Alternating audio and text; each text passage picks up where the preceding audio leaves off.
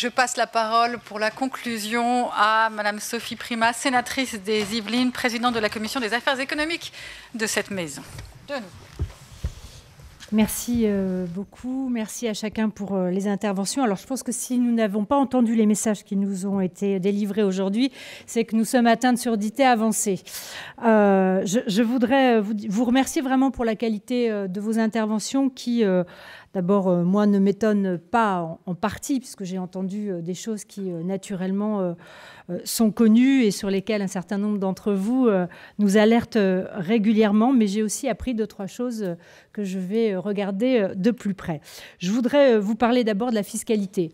J'ai bien entendu le plaidoyer sur la fiscalité de production. Effectivement, nous sommes un pays dans lequel la fiscalité à la production, c'est-à-dire la fiscalité avant même qu'on ait dégagé le moindre euro de valeur ajoutée ou le moindre euro de bénéfice, s'applique déjà, ce qui évidemment n'est pas le sens de la logique.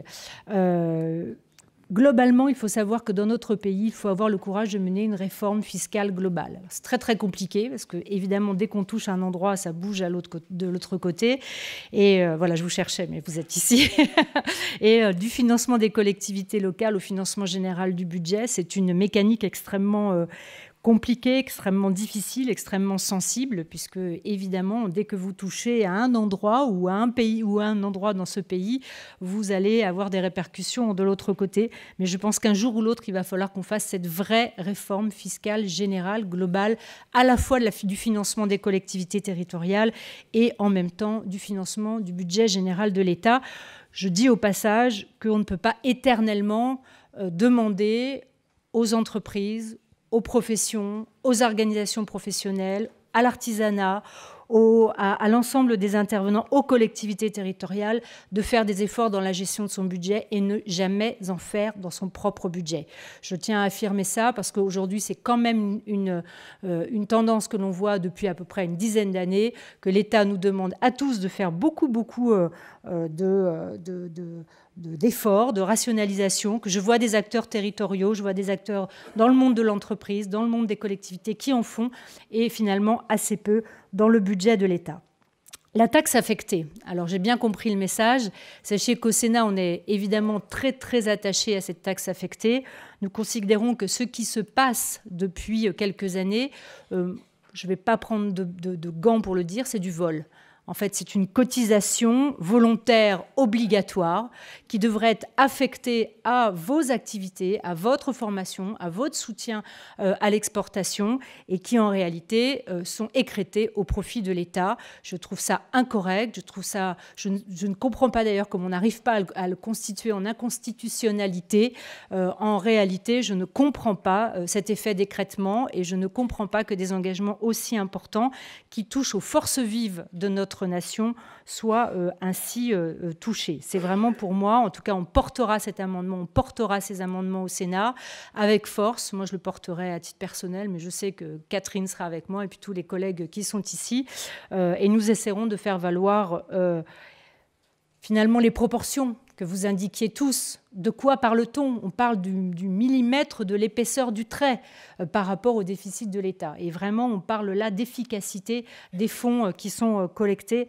Donc vraiment, on portera sans problématique cet amendement pour l'affectation, pour la taxe affectée. Je voudrais revenir 2 petites secondes sur les entreprises du patrimoine vivant, parce que là, j'ai appris beaucoup de choses, grâce à mon voisin d'ailleurs. J'ai appris beaucoup de choses et j'ai entendu monsieur qui disait on n'est pas dans les appels d'offres, on n'a pas de bonification dans les appels d'offres et puis nous, on est local. Alors, il y a 2 choses. La bonification dans les appels d'offres, pourquoi pas? On va regarder comment, d'une façon européenne, puisqu'il faut que ça soit validé par la législation européenne, nous pouvons faire valoir, mais il est possible de faire valoir des avantages tels que cela. Donc, on va regarder ça de près. Je n'ai pas la réponse là, mais je m'engage à le regarder. Et puis, il ne faut pas confondre entreprise du patrimoine vivant et local, parce que vous pouvez être entreprise du patrimoine vivant et puis aller répondre à un appel d'offres en Allemagne. Je pense qu'au début du colloque, on a entendu à quel point ce secteur d'activité était important important et la mondialisation était un facteur d'intérêt. Donc voilà, je pense qu'il ne faut pas se mettre à la fois sur les deux paliers. Par contre, entreprise du patrimoine vivant, ça a suffisamment de force pour pouvoir avoir quelques bonifications, je pense, dans les appels d'offres. Frappez également de votre besoin de la restructuration sur le milieu de la formation. Je voudrais saluer les initiatives qui sont prises pour réorganiser ce milieu de la formation. C'est effectivement ce que l'État, ce que le gouvernement vous demande. Vous vous y attelez, vous le faites avec vos propres forces, avec votre propre intelligence et vos connaissances des besoins des entreprises. C'est bien cela que l'on souhaite, évidemment. J'ai évidemment une petite inquiétude sur le rôle de la région, puisqu'à la fin de l'année, les régions ne seront plus compétentes en matière de formation et d'apprentissage. C'est pour moi, et vous l'avez très bien dit, monsieur, c'est pour moi source d'inquiétude, peut-être dans vos métiers, mais globalement sur l'ensemble de l'apprentissage, car c'est aussi un élément d'aménagement du territoire et la capacité à offrir des espaces de formation professionnelle, de l'apprentissage partout sur notre territoire, parfois, quelquefois, au détriment de la rentabilité économique. C'est un des rôles très, très importants que la région prenait à son compte. Et je pense que c'est un sujet sur lequel le Sénat va mener un suivi important parce que nous ne pouvons pas désertifier nos campagnes et nos territoires au profit de gros centres de formation très rentables. Mais la rentabilité n'est pas tout en termes d'aménagement du territoire et en termes de formation. Vous avez mentionné le coût de l'apprentissage. C'est là aussi un sujet extrêmement important. Vous disiez pendant 2 ans, les apprentis, non seulement on est obligé de mettre un peu de production au rebut, mais en plus on les forme. On a des maîtres de stage qui passent du temps avec eux, qui leur apprennent leur métier. Et ça, c'est du temps, c'est de la productivité en moins.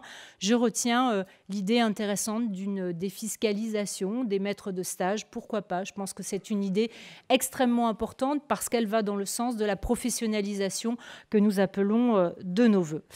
Et puis, peut-être 2 derniers thèmes. L'innovation. Je pense que la dernière table ronde, pardon de m'être absentée quelques instants, mais j'ai entendu à quel point l'innovation était présente. Je l'avais souligné en introduction. Je l'ai encore plus ressenti lors de vos interventions.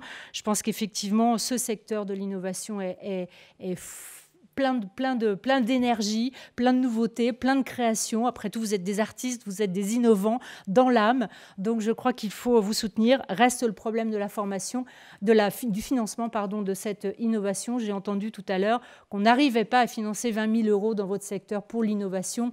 Je crois qu'à un moment ou à un autre, la Banque publique d'investissement doit se pencher sur ces métiers un petit peu différents dans lesquels fourmille l'innovation.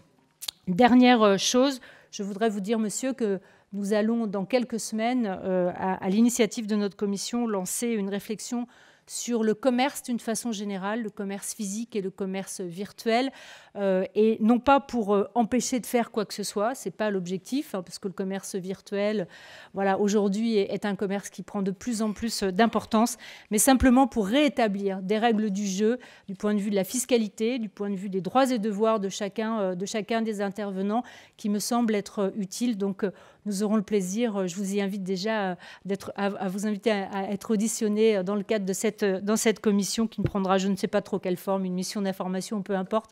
Mais l'idée est pour nous de travailler dans la profondeur pour ramener un peu d'équité entre les différentes formes de commerce. Voilà, encore une fois, je vous remercie d'avoir été si nombreux.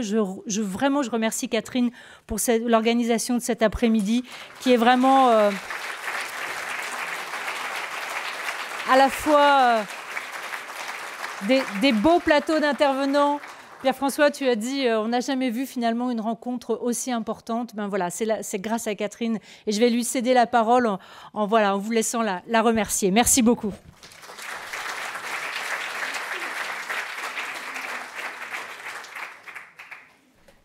Chers amis, vous l'avez compris, donc notre colloque touche à sa fin, mais en fait, ce n'est pas une conclusion. En fait, c'est au contraire, on va aller de l'avant, travailler ensemble. C'est vrai, chère Sophie, que je tenais beaucoup à ce que cette rencontre, ce dialogue, je dirais, parlementaire, professionnel, institutionnel, puisse se faire sous l'égide de l'économie, de la culture, des métiers d'art, parce qu'en fait, tout ce que vous représentez tous, c'est cet ensemble, c'est le patrimoine de la France, mais avec évidemment évidemment différents aspects. Et l'économie, bien sûr, est très important. Et Sophie Primas vient bien de montrer comment nous vous avons entendu. Maintenant, nous allons faire notre travail de parlementaire. Ce qu'il faut savoir, c'est que ce colloque a eu un certain... Enfin, on en a entendu parler dans le Sénat.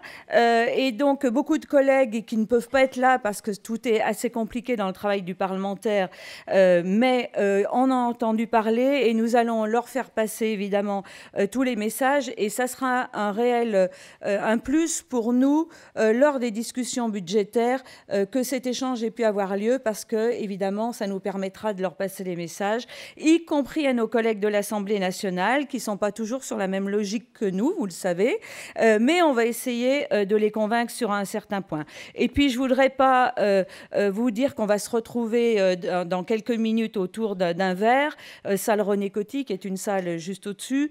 Vous quittez sans remercier tous ceux qui ont contribué aussi à l'organisation.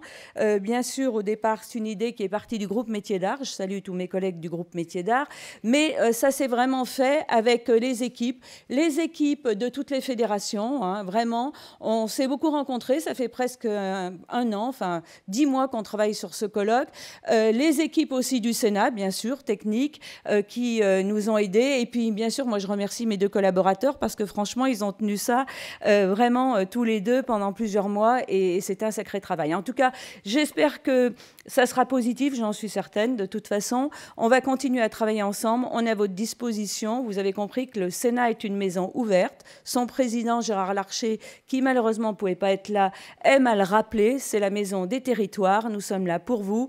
Et donc, à très bientôt. Mais tout de suite, pour un verre de l'amitié, salle René Coty.